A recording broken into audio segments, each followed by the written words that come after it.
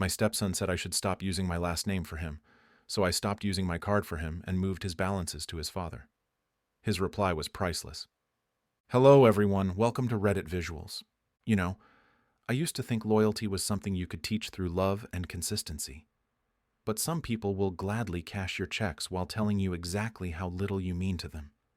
And when that person is living under your roof, eating your food, and driving a car you're paying for, that's when you learn what boundaries really look like.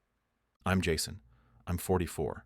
I've got two biological kids from my previous marriage, Chloe and Jordan, ages 12 and 10. Joint custody, solid co-parenting relationship with their mom. They're good kids. Not perfect, but they say please and thank you without being reminded, and they've never once made me question whether I matter to them. Then there's Tyler, my 17-year-old stepson. And this story is about the day he taught me that respect isn't something you can buy, but disrespect is something you can definitely stop funding. I married his mother, Erica, 3 years ago. But I'd been in Tyler's life for almost 6 years total. Met him when he was 11. His biological father, Greg, was the classic part-time parent. Big on Instagram posts, short on actual parenting. Tyler would get expensive birthday gifts and empty promises while I handled the real stuff. Doctor appointments at 6 a.m., school pickup when he was sick, homework meltdowns, teaching him to drive. I wasn't trying to replace his dad. I was just trying to be the father figure he actually needed. And for years, it worked. Tyler didn't call me dad, but he didn't push me away either. We had our thing. Movie nights, video games, weekend trips to check out colleges. I thought we were building something real. When Tyler turned 16, I did what any involved parent would do. I added him as an authorized user on my credit card to help him build credit. Nothing crazy. A $500 limit, just for gas and emergencies. I also took over his car insurance when he got his license, added him to our family cell phone plan, kept him on our health insurance, and paid for all his school stuff. I wasn't keeping score. I thought that's what family did. The wake-up call came on a Saturday morning 3 weeks ago. I was making pancakes for everyone. My kids were visiting that weekend, sitting at the table laughing about something. Tyler came downstairs in his usual teenage zombie state, glued to his phone. I said casually, "Hey, your credit card statement came in. Just so you know, your Spotify and gas charges hit this month." Without looking up, he muttered, "Why are you even checking my stuff? You're not my real dad. You shouldn't be using your last name for anything with me anyway." The kitchen went dead silent. My daughter Chloe stopped mid-bite and stared at him. Even Jordan looked shocked. "You shouldn't be using your last name for anything with me." That sentence hit like a slap. Not just the words, but the casual cruelty of it, like I was some stranger inserting myself where I didn't belong. I didn't respond right away. Just finished the pancakes, served everyone, and sat down. But inside, something fundamental shifted. After breakfast, I went to my office and opened my laptop. If Tyler didn't want my last name associated with him, then fine. I was going to honor that request completely. First, I called the credit card company. As the primary account holder, I could remove authorized users immediately. Tyler's card would be deactivated by the end of business. Next, I contacted our car insurance agent. Tyler had been on my policy for 8 months. I removed him, effective immediately. He could get his own policy or go without coverage. Then I called our cell phone provider. Tyler's line was under our family plan. I moved it to an individual account under Greg's information and contact details. Health insurance was trickier since we were mid-policy year, but I started the paperwork to remove him during the next enrollment period. I also canceled his access to all the family subscriptions: Netflix, Disney+, Spotify Family Plan, iCloud storage, Xbox Game Pass, everything. The last thing I did was email Greg a detailed list of Tyler's monthly expenses that I'd been covering. Car insurance, $180 per month. Cell phone, $85 per month. Health insurance portion, $150 per month. School lunch account, $40 per month. Gas money, $120 per month. Various subscriptions, $65 per month. Total, $640 monthly, not including one-time expenses like car repairs, school fees, or emergency costs. I attached 6 months of statements as proof and wrote, "Tyler prefers his biological father handle his affairs. Please coordinate with him directly moving forward." I didn't tell Tyler what I'd done. I just waited. Monday morning, Tyler came downstairs for school, grabbed his keys, and left. An hour later, my phone started ringing. "Dad, my card isn't working at the gas station." "That's unfortunate." "Can you call them?" "There must be a mistake." "No mistake. The card's been canceled." Long pause. "What? Why?" "You said I shouldn't use my last name for anything with you. The card was under my name and account. So I removed you." "That's not what I meant." "That's exactly what you said. And since your real dad should be handling your expenses anyway, I forwarded all your bills to him.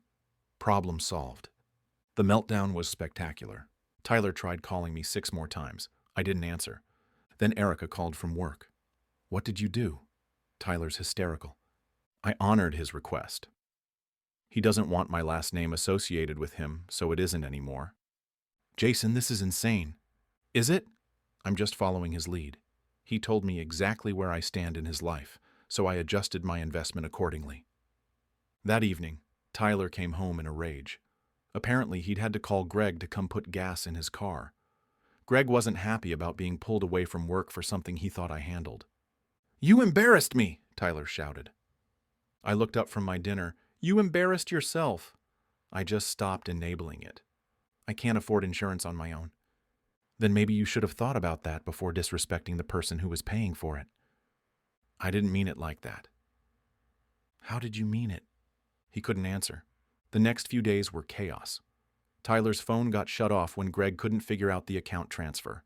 His car sat in the driveway because he couldn't afford insurance. He had to borrow lunch money from friends because his school account went negative. Greg called me Thursday night, furious. "You can't just dump all this on me without warning." "Why not? He's your son." "I can't afford all this stuff." "I know. I've been covering it for 6 years. Funny how expensive kids are when you actually have to pay for them." By Friday, Tyler was desperate.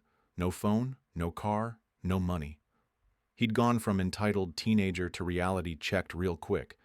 He knocked on my office door that evening. "Can we talk?" I gestured to the chair across from my desk. "I messed up," he said quietly. "How so?" "What I said. About your name. I didn't think about what that meant." "What did it mean?" He struggled with the words. "It meant that I don't see you as family. But you are. You've been more of a dad to me than Greg ever was." I waited. I was just mad about something stupid at school, and I took it out on you. "But you didn't deserve that." "No, I didn't. Can you put me back on your insurance?" "I'll pay you back. I'll get a job." I looked at him for a long moment. Then I said, "Tyler, I appreciate the apology. I really do. But words are cheap.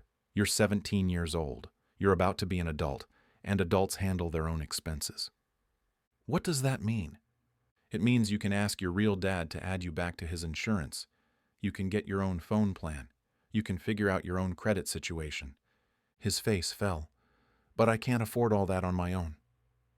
"Then maybe you should have thought about that before you told me to stop using my last name for you." Tyler tried to argue, said he'd learned his lesson, said he'd be respectful from now on, said he understood how much I did for him. I listened to all of it.